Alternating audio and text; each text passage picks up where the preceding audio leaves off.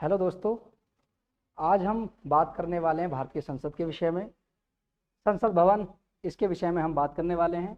आइए जानते हैं भारतीय संसद, पुरानी संसद के बारे में और नई संसद जिसका कल नरेंद्र मोदी जी के द्वारा उद्घाटन किया जाएगा, उस संसद के बारे में हम जानेंगे कि नई संसद क्या है और पुरानी संसद। सबसे पहले हम जानेंगे कि पुरानी संसद और इसके वास्तुकार और इसका निर्माण कब हुआ था, कितना रुपए का इसमें खर्च आया था। आइए देखते हैं, जानते हैं इसके बारे में। तो सबसे पहले हम बात करते हैं इसके वास्तुकार की, जो एक आर्किटेक्ट है ब्रिटिश जो भारत में उस समय ब्रिटिश सरकार थी, उसके एक आर्किटेक्ट थे जिनका नाम था एडविन लुटियन। हुआ क्या था, 1912 और 1913 में इन्होंने पुरानी संसद का एक डिजाइन बनाया और इनके साथ साथ जो दूसरे वास्तुकार थे उनका नाम था हर्बर्ट बेकर। इन दोनों ने 1912 और 1913 में एक डिजाइन पेश किया और इन्होंने बताया कि भारतीय जो संसद है वो इस प्रकार से होनी चाहिए। लेकिन ये भारतीय संसद नहीं थी उस समय, ये ब्रिटिश सरकार के अंतर्गत एक संसद थी जो ब्रिटिश सरकार के अधिकार क्षेत्र में थी। अब जानते हैं इसका निर्माण कब से शुरू हुआ था भारतीय संसद का। तो भारतीय संसद का जो निर्माण शुरू हुआ था 1921 में इसका निर्माण कार्य शुरू हुआ और प्रिंस ऑर्थर के द्वारा, जैसे अभी नई संसद जो हमारी बनी है, इस नई संसद की जो आधारशिला रखी गई थी, आधारशिला का मतलब होता है नींव। जैसे हम कोई मकान बनाते हैं तो मकान बनाने से पहले हम क्या करते हैं, एक नींव रखते हैं। तो उसी तरीके से जब 1921 में इसका निर्माण कार्य शुरू हुआ था तो उसी समय प्रिंस ऑर्थर के द्वारा इसकी आधारशिला रखी गई थी।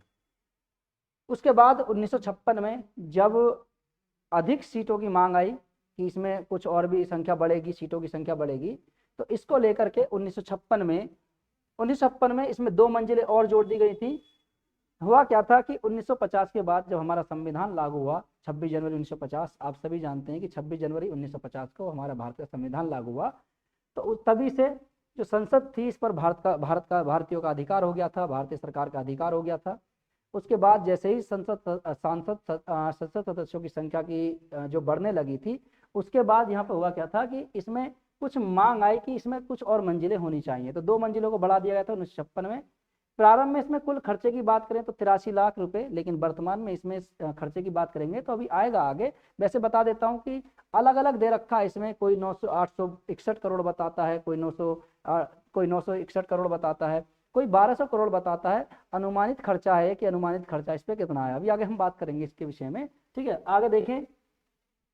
जब इस संसद का निर्माण हो गया था, क्योंकि 1927 में से इसका निर्माण कार्य शुरू हो गया था, तो उस समय 18 जनवरी 1927 को एक व्यक्ति थे जो गवर्नर जनरल की कार्यकारी परिषद में एक व्यक्ति थे, उसमें शामिल थे, जिनका नाम था भूपेंद्र नाथ। भूपेंद्र नाथ में उस समय तत्कालीन गवर्नर लॉर्ड इरविन को आमंत्रित किया कि आप आइए, जो संसद है अभी इस समय उसका आप उद्घाटन कीजिए। तो 19 जनवरी 1927 को लॉर्ड इरविन के द्वारा भारतीय संसद का उद्घाटन किया गया था, यानी जो ब्रिटिश सरकार के अधिकार क्षेत्र में थी इसका उद्घाटन किया गया था लॉर्ड इरविन के द्वारा। ये लॉर्ड इरविन है, इन्होंने ही उस समय इसका उद्घाटन किया था, यानी इसके द्वार खोले थे। उसके बाद आगे बात करते हैं अब नई संसद के बारे में। ये तो पुरानी संसद थी, आप सभी जानते हैं आर्टिकल 79 के अंतर्गत भारतीय संसद की बात करी गई है। जो संविधान का आर्टिकल 79 कहता है कि भारत की एक संसद भारतीय संसद होगी। संसद 3 लोगों से मिलकर बनती है। संसद के 3 भाग होते हैं, एक होती है राज्यसभा, एक होती है लोकसभा, ठीक है, और एक होता है राष्ट्रपति। ठीक है, चलिए आइए नई संसद के बारे में जानते हैं कि नई संसद, इसकी मांग की बात करें तो 2010 में इसकी मांग उठी थी। 2012 में मीरा कुमार, जब उस समय मीरा कुमारी थी, ठीक है, लोकसभा स्पीकर उस समय मीरा कुमार थी, तो इनके द्वारा संसद भवन के उपयोग के लिए एक वैकल्पों का सुझाव के लिए एक समिति का गठन किया गया था कि भारत की संसद होनी चाहिए। 2010 में इसकी मांग उठी थी सबसे पहले, और उस समय 2012 में मीरा कुमार इसकी स्पीकर थी। इन्होंने ही इसके उपयोग के लिए और विकल्पों के सुझाव के लिए एक समिति का गठन किया। उसके बाद इसके प्रारंभ की बात करें कि कब से इसका प्रारंभ होना शुरू हुआ था, क्योंकि जैसे मैंने अभी बताया कि 2010 की हमने बात करी थी, 2010 में की मांग उठी थी सबसे पहले। उसके बाद प्रारंभ की बात करें तो 2019 में भारत सरकार ने सेंट्रल विस्टा प्रोजेक्ट को लॉन्च किया। सेंट्रल विस्टा प्रोजेक्ट को लॉन्च किया और सेंट्रल विस्टा प्रोजेक्ट के अनुसार ही जितना भी इसके अधिकार क्षेत्र में आता था, यानी 65,000 वर्ग किलोमीटर इसके अधिकार क्षेत्र में आता है। अब इसके अंतर्गत जो जो चीजें इसके अंतर्गत आती है, जैसे राष्ट्रपति भवन आता है, ठीक है, प्रधानमंत्री कार्यालय आता है, जिनकी भी निर्माण की आवश्यकता थी, उनके पुनर्निर्माण पुनर्विकास की आवश्यकता थी, तो इस प्रोजेक्ट के अंतर्गत इसको रखा गया था।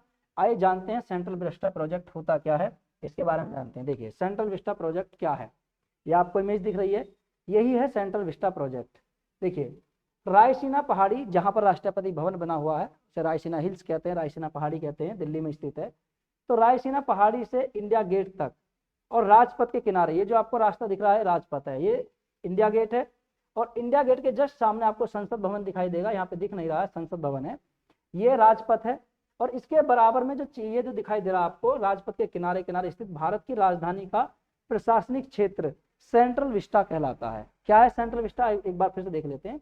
रायसीना पहाड़ी से इंडिया गेट तक, देखिए रायसीना पहाड़ी है जहां पर आपके संसद भवन स्थित है, राष्ट्रपति भवन स्थित है रायसीना हिल्स पर, यहाँ से इंडिया गेट तक। और राजपथ, ये जो पूरा रास्ता है इसको राजपथ कहते हैं। इसके आसपास जो भी चीजें बनी हुई है, जो भी प्रशासनिक भवन बने हुए हैं, भारत की स्थित भारत की राजधानी का प्रशासनिक क्षेत्र क्या कहलाता है, सेंट्रल विस्टा कहलाता है। यह है सेंट्रल विस्टा प्रोजेक्ट। इसके अंतर्गत राष्ट्रपति भवन, अभी मैंने बात करी थी, राष्ट्रपति भवन का निर्माण इसके अंतर्गत आएगा। ठीक है, सीएमओ यानी जो हमारा प्रधानमंत्री कार्यालय पीएमओ ऑफिस होता है, उसका पुनर्निर्माण की अब बात करी थी, तो इसी के अंतर्गत आएगा। और अन्य मंत्रियों के जितने भी आवास हैं वो भी इसके अधिकार क्षेत्र के अंतर्गत आते हैं, जिसका पुनर्निर्माण किया जाएगा। ठीक है, आइए जानते हैं आगे नेक्स्ट कि इस संसद भवन की आधारशिला कब रखी गई थी। जो सेंट्रल विस्टा प्रोजेक्ट के अंतर्गत जो नई संसद भवन बनी है, इसकी आधारशिला कब रखी गई थी, तो आधारशिला रखी गई थी 10 दिसंबर 2020 को। अब इसकी आधारशिला किसने रखी थी, इनका नाम था माननीय नरेंद्र मोदी जी। नरेंद्र मोदी जी के द्वारा इनकी आधारशिला रखी गई थी। ये आप देख सकते हैं सेंट्रल विस्टा प्रोजेक्ट के अंतर्गत ये आधारशिला नींव है, ये इसी को नाम दिया गया है सेंट्रल विस्टा। ठीक है, इसके वास्तुकार कौन थे, अगर आपसे वास्तुकार की बात करें कि इसके वास्तुकार कौन थे, ठीक है, बिमल पटेल इसके वास्तुकार थे। जो नई संसद भवन बनी हुई है इसके जो वास्तुकार है इनका नाम है बिमल पटेल। ठीक है, अब इसमें बात करें कि कितना रुपए का इसमें खर्च आया है, कुल खर्च कितना है, इसमें टोटल खर्चा कितना है, तो इसके विषय में हम बात करते हैं कि कुल खर्च इसमें कितना है। देखिए यहाँ पर 961 करोड़ रुपए इसमें दिखाया गया है कुल खर्चा, लेकिन मीडिया के अनुसार जो कुल खर्चा है इसमें अनुमानित जो लागत बताई है वो 1200 करोड़ रुपए बताई है। कितने आए जी रुपये, 1200 करोड़। तो 1200 करोड़ रुपए इसमें कुल खर्चा बताया गया है, जो अलग अलग दी हुई है।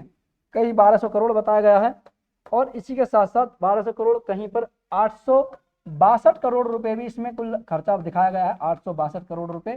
ठीक है, तो अनुमानित लागत है, ये अलग अलग बताई जा रही है, कहीं 862 करोड़ है, कहीं 961 करोड़ भी बताया गया है, कहीं 1200 करोड़ रुपए भी बताया गया है। ये जो 1200 करोड़ रुपए बताई गई है ये मीडिया के द्वारा इसकी कुल लागत बताई गई है।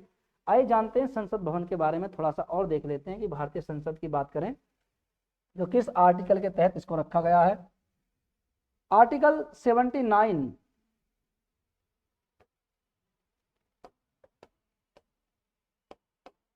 आर्टिकल जो 79 होता है, 79 ये कहता है कि भारत की एक संसद होगी जिसके 3 भाग होंगे। ठीक है, संसद के 3 भाग होंगे, एक है राष्ट्रपति, ठीक है, राज्यसभा और लोकसभा। 3 भाग हैं संसद के, एक राष्ट्रपति, राज्यसभा, लोकसभा। इसका राष्ट्रपति का उल्लेख आर्टिकल 52 में मिलता है, 52। राज्यसभा की बात करें तो राज्यसभा 80 यानी राज्यसभा 80, आर्टिकल 80। और वहीं लोकसभा की बात करें तो 81 लोकसभा की बात आती है। ठीक है, आर्टिकल। इसमें सीटों का भी निर्धारण किया गया है कि जो प्रारंभ में जो सीटें हैं कितनी है, अभी भी वर्तमान में उतनी ही सीटें हैं। राज्यसभा में कुल अधिकतम सीटों की बात करें तो 250 अधिकतम सीटें आती हैं, 250, जो अब बढ़कर के 384 सीटें हो गई हैं। यानी 384 सीटों की बात करी जा रही है कि यहाँ पर मान लीजिए भविष्य में बढ़ाई गई तो 384 सीटों की इसमें क्षमता है। जो नई संसद भवन बनी है कि 384 सीटें इसमें हैं, 384 लोग इसमें बैठ सकते हैं आसानी से। वहीं लोकसभा की बात करें तो आपको पता है कि 552। ठीक है, वैसे अधिकतम संख्या 550, लेकिन 2 एंग्लो इंडियन को जोड़ दिया जाता है तो इसमें कुल संख्या जो हो जाती है इनकी वो 552 हो जाती है। अभी जो संख्या है वो 545 ही है। ठीक है, बाकी अभी भरी नहीं गई है, 545 है इनमें। जिसमें से 888 इनकी बताई गई है कि जब अब जो नई संसद बनी है उसमें 888 कितना है जी, 888 संख्या है इनकी। अब 888 इसमें लोग बैठ सकते हैं। कुल मिलाकर अगर देखा जाए कि कुल इसमें जो अगर मान लीजिए कभी आने वाले समय में जॉइंट सेशन बुलाया जाए कि राष्ट्रपति के द्वारा एक जॉइंट सेशन की बात होती है कि जब लोकसभा और राज्यसभा में कभी नहीं बनती है, यानी किसी भी विधेयक को लेकर जब मतभेद हो जाता है दोनों में, तो आर्टिकल 108 के तहत राष्ट्रपति जॉइंट सेशन बुला सकता है। अब इस जॉइंट सेशन की बात करें तो इसमें मान लीजिए अगर सीटें आगे बढ़ी तो कितना हो जाएगा, 1272 सीटों की बात करी गई इसमें, 1272 सीटें कुल मिलाकर कितना है नई संसद में, 1272 सीटें कुल मिलाकर के हैं, इन दोनों को ऐड कर दिया जाए तो 1272 सीटें हैं। अब इन 1272 सीटों की अगर संयुक्त बैठक होगी तो वो कौन सी होगी, जो संसद का जो निम्न सदन होता है लोकसभा, इसमें जॉइंट सेशन बुलाया जाएगा। पहले ऐसा नहीं था, पहले इसमें क्या है, इतनी सीटें नहीं है। अब इसमें क्या है कि जॉइंट सेशन अगर बुलाया गया, राष्ट्रपति के द्वारा जॉइंट सेशन बुलाया जाता है आर्टिकल 108 के तहत, तो उसमें क्या है कि लोकसभा में जॉइंट सेशन का सत्र चालू होगा, याद रखना। यानी जॉइंट सेशन जब बुलाया जाएगा तो इसमें जो बैठक होगी वो किस में होगी, लोकसभा में। ठीक है, इसमें खर्चा मैंने बता दिया 961 करोड़ रुपए। ये पूरा एक भारत की नई संसद है, किस तरीके से बनी, और कल इसका उद्घाटन होने वाला है। ठीक है, जो संसद भवन बनी है।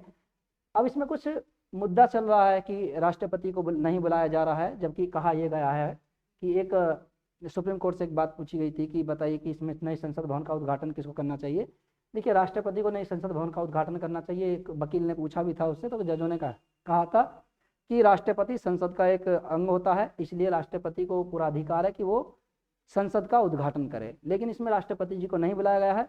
बात ये आ रही है कि उन्होंने ये कहा है कि जो इस समय वर्तमान सरकार ने ये कहा कि हम किसी एक जाति विशेष को बढ़ावा नहीं देना चाह रहे हैं, इसलिए हम राष्ट्रपति जी को इनवाइट नहीं कर रहे हैं। ठीक है, चलिए, अपने अपने मत हैं, अपने अपने विचार हैं जो ये लोग दे रहे हैं। ठीक है, वो लोगों के भी विचार हैं, अपने कुछ मान रहे हैं कुछ नहीं मान रहे हैं।